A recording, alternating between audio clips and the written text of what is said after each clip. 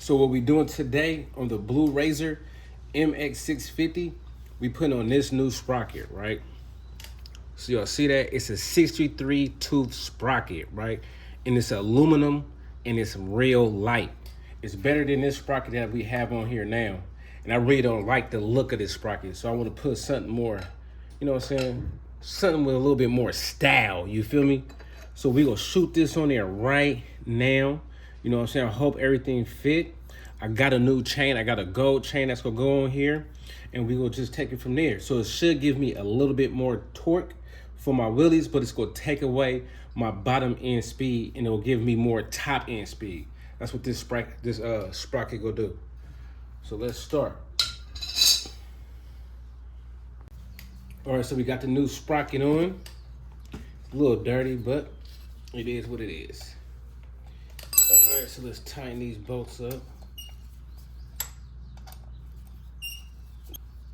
Hope I can get it done before it gets too dark.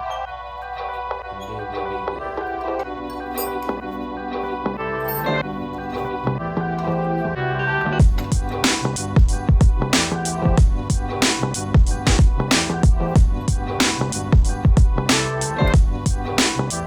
See that 63 tooth? We in there.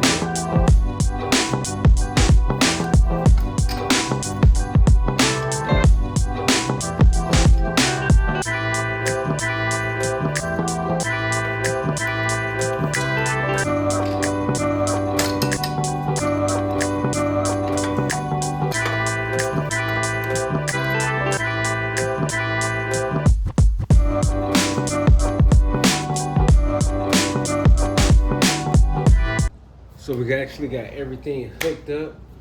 We got that chain on, the new sprocket on. You see that beautiful gold chain just bring everything out.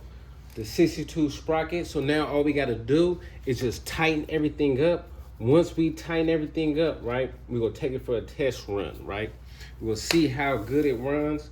We're gonna check out the torque, you know what I'm saying, the top end torque to make sure it still got that good wheelie power. And we will check out the speed. I think it's gonna lose a lot of speed. I think it's gonna drop down probably to like 50 miles per hour or something. We was at 63, you know what I'm saying, from around 58, 63, we probably will drop down to like in the 50s.